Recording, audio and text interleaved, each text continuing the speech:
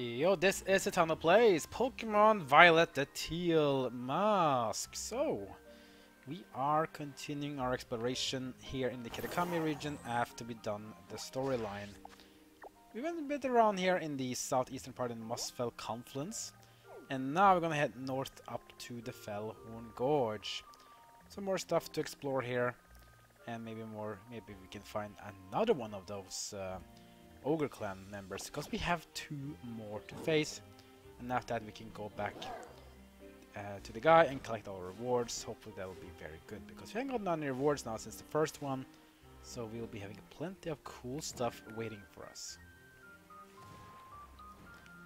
We also have a lot more Pokemon to capture, of course, because our Pokédex is still limited, but we will be having an episode that later on just for Pokemon catching and evolving.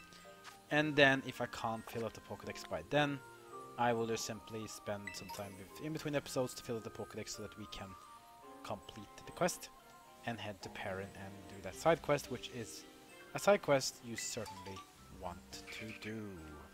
Yeah. See what all we already have. I mean, of course, you don't need to like get the pre-evolution of Pokemon and keep it and evolve it. You can also just capture all the pre-evolved Pokemon, but I don't know. There's Hoothoot. We have Arbok here, the evolved form of Ekans. We have Ghastly. Ghastly, pretty sure I have from before. I don't? What? Be a bit careful with Ghastly though, because Ghastly is indeed a ghost type. So, if you use like ball swipe, you're going to be hanging. Of course, I hate when it happens. A critical Nuzzle is like, I'm using Nuzzle to get the Ghastly to sort of like paralyzed and easier to capture, and then like, no, let me critical hit you, so you're just getting KO'd instead. I mean, the worst part, of course, is that Ghastly is a Pokemon that has low defenses, so you don't really need to do much to knock him out. Then you critical hit a physical attack on a defensively weak Pokemon. Yeah. Oh, the lag. Who is that? Oh, it's Poltergeist. Yeah, Poltergeist is always here, so it's an easy way to get Poltergeist. Even though I got mine from Terra Raid. Here we have Ludicolo, a Ghost type 5-star raid. Ludicolo, the full evolved form of Lotad and Lombre. Water and grass dual type. It looks like a dancing Pokemon based off Mexican lore, if I remember correctly. Cherryberry, we have another Pokemon here. That is the Poliwhirl. A wild Terra type Poliwhirl. Let's grab here, get some more LP. We have a Chimecho rock type 4-star raid.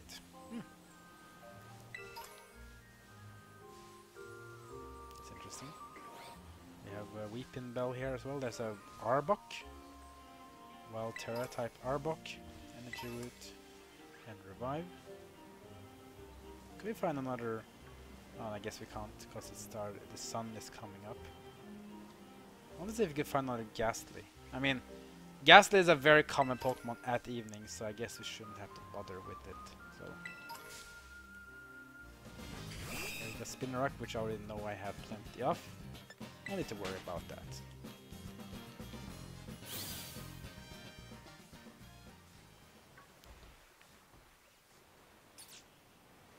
There is Fomantis. We have Growlithe. Grassy Seed, which causes grassy terrain to be extended. And speaking of Fomantis, there is it again. We already have it this one though. Fomantis from Generation 7. Evolves into one of the most annoying totem Pokemon in Sun and Moon, Lurantis, who just loves to have a cast form with him to put up Sunny Day and then just use 2 stage moves in a single turn to wipe you out. One Birder Feather, High Potion, Stardusts, money, money, money. Here we got some Wullabies, and we got Rowlet. Not Rowlet, but Rockruff, I mean. Ipom, So Ipom is actually a Pokemon that is exclusive to Pokemon Violet in the Teal Mask. So if you don't find Ipom in... so if you're trying to find Ipom in Pokemon Scarlet and you're like, where I can't find it, that's because Ipom is exclusive to Violet. That's why. Now Ducklet, don't use Nuzzle in him for a very easy reason. Ducklet is dual type water and flying. Both water and flying are weak to electric, so that does quadruple damage. Dig will of course not work because ground doesn't work on flying. Arm thrust is fine though because flying is resistant to fighting. That maybe should give us some damage without knocking it out. 2 hits only, that's not that much. Do it again. Hurricane. A very powerful flying move that also causes confusion. This can be dangerous for us now. I'm gonna give it a go.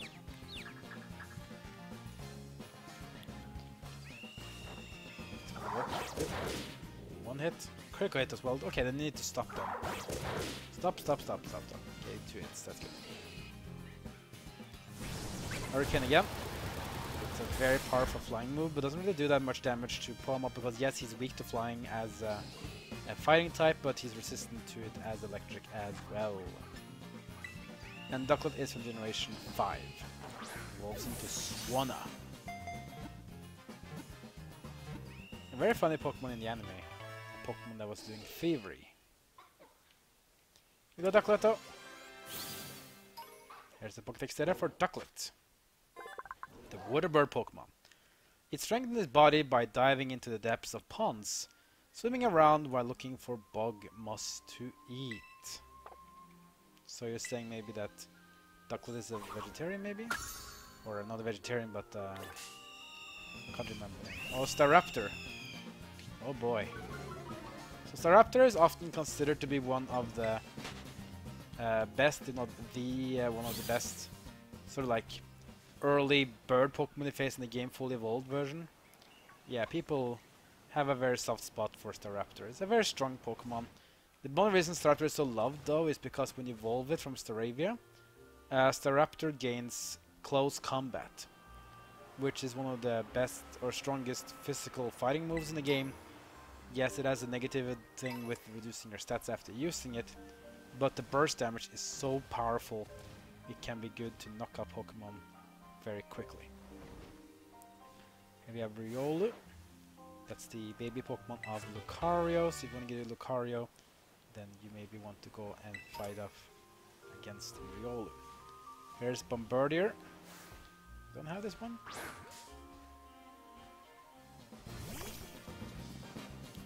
So Bombardier, remember this one of course, this is one of the Titan Pokemon we faced. This is a non-evolutional Pokemon, this is a dual type Dark and Flying, that's why it has regular effectiveness on fighting moves. Because Dark is weak to fighting and Flying is resistant. 2 hits. The thing though with Bombardier is that it has a cool ability which causes rock type moves to act as if it was a rock type Pokemon, meaning that it gets stab bonus. That's one of the reasons why, for example, I felt like the rock throw that Bombardier did in Titan form was very, very powerful. The rock style, for example, doesn't really do much damage because fighting are resistant to rock, but yeah, Bombardier's ability makes it so that fighting rock type moves does bonus damage as if it was a rock type Pokemon. Fighting shot, which reduces attack power. We don't really need that though because we are not going to work more on that. Special attack also goes down, so it's a very, very defensive move to use. Kicks out a lot. I think maybe because I'm not sure though, but I think a lot of Titan Pokemon or like regular form of Titan Pokemon have very high catch rate. And I can't really use Nuzzle on him because he's weak to electric, so there we go. We got Bombardier. Nice. I like Bombardier. He has a cool design. Looks very evil and menacing face. I wish I had evolution. Here's Bombardier, the item drop Pokemon. Bombardier uses the apron on his chest to bundle up food, which he carries back to his nest. It enjoys dropping things that make loud noises. And dual type flying and dark.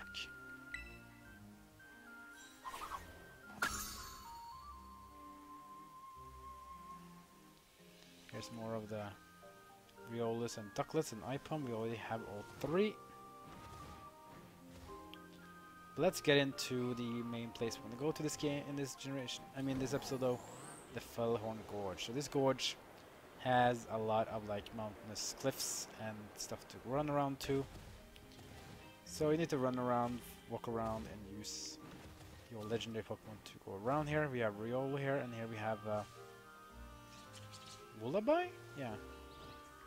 The wild Terra type Wullaby. Dual Wing Bit.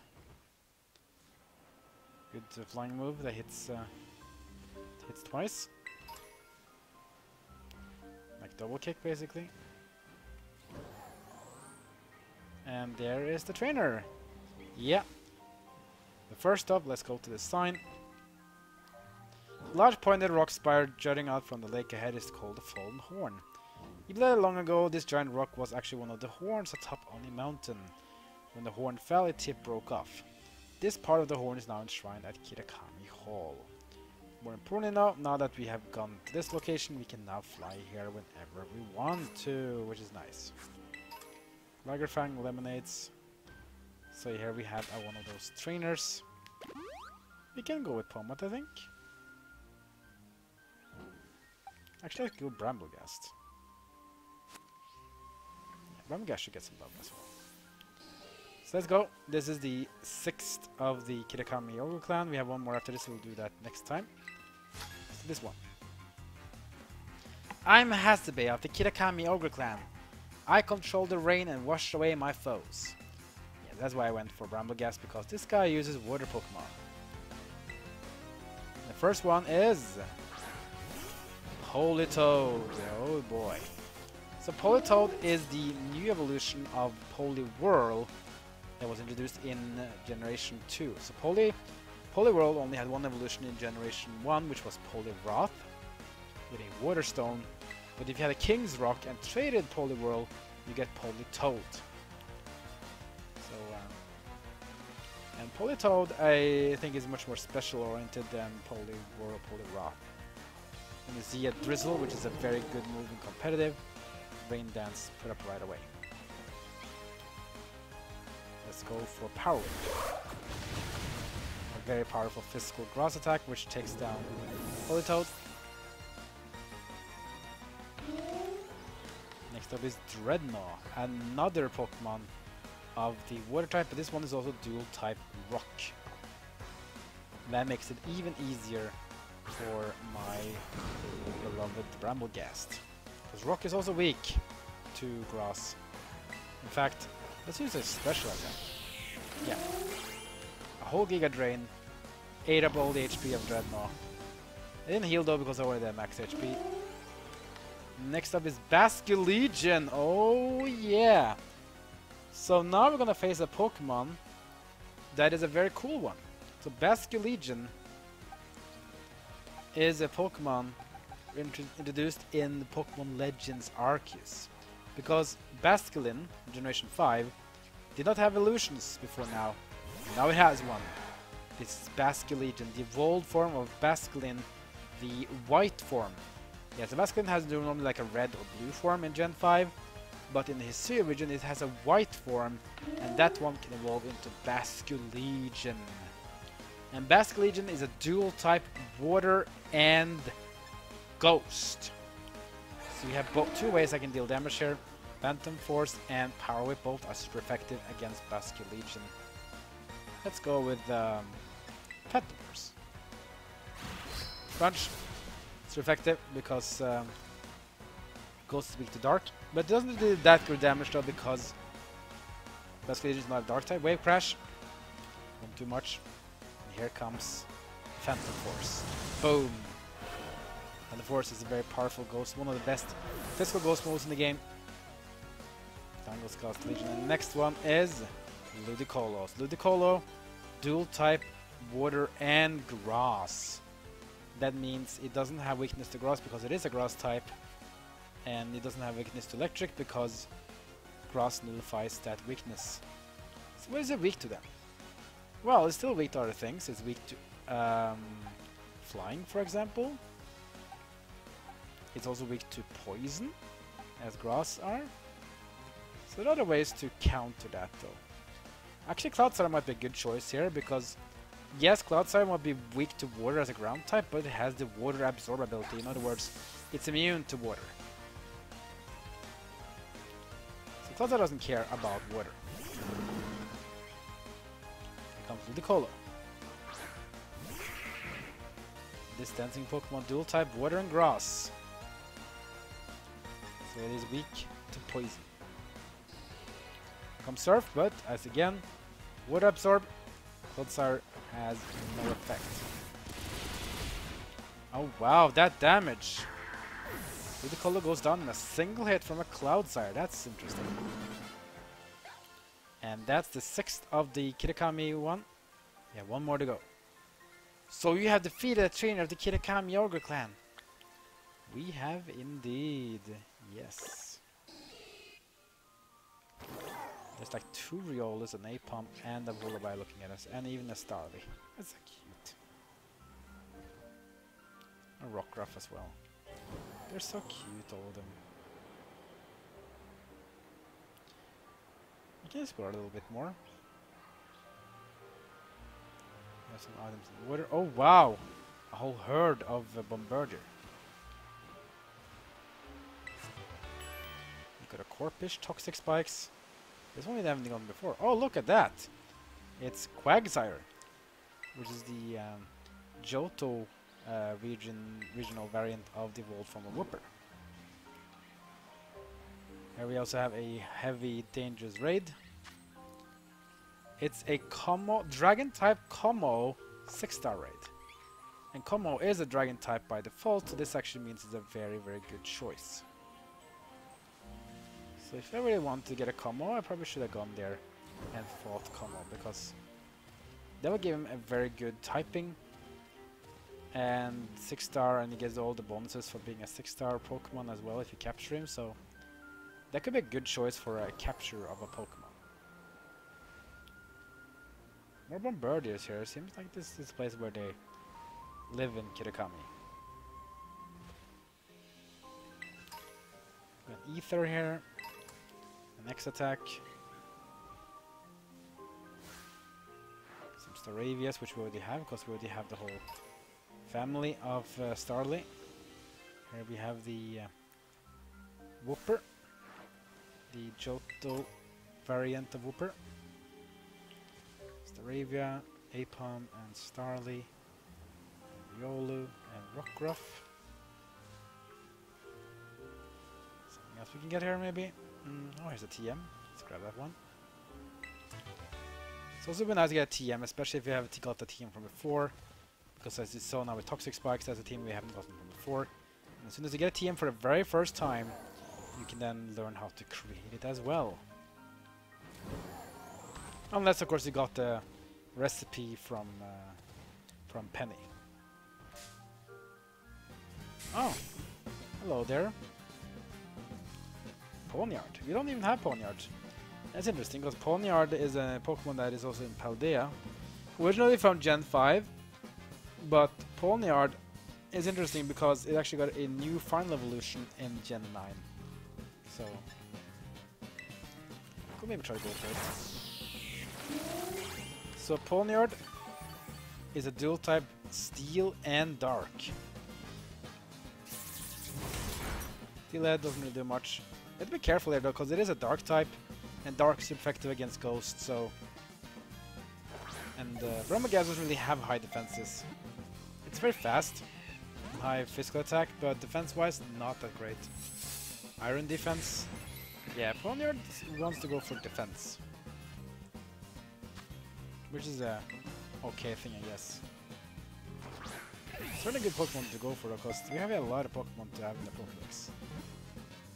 And there we got it, Ponyard! Really weird we haven't gotten it from Paldea though, because Since I got a new Final Evolution in King Gambit, should have gotten it. Now at least we have it. The Sharp Blade Pokemon.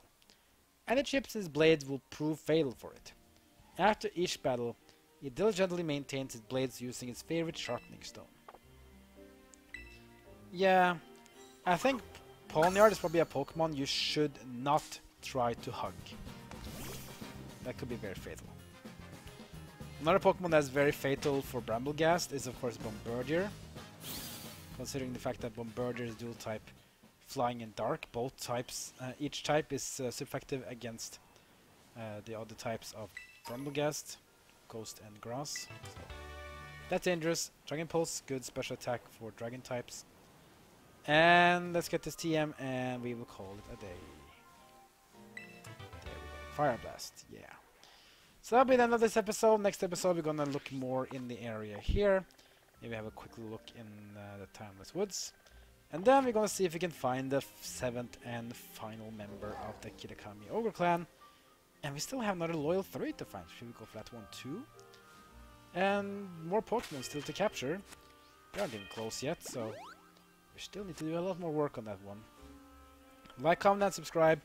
Follow me on social media. That's a bit for now. See you next time as my journey in Pokemon Violet, the Teal Mask continues.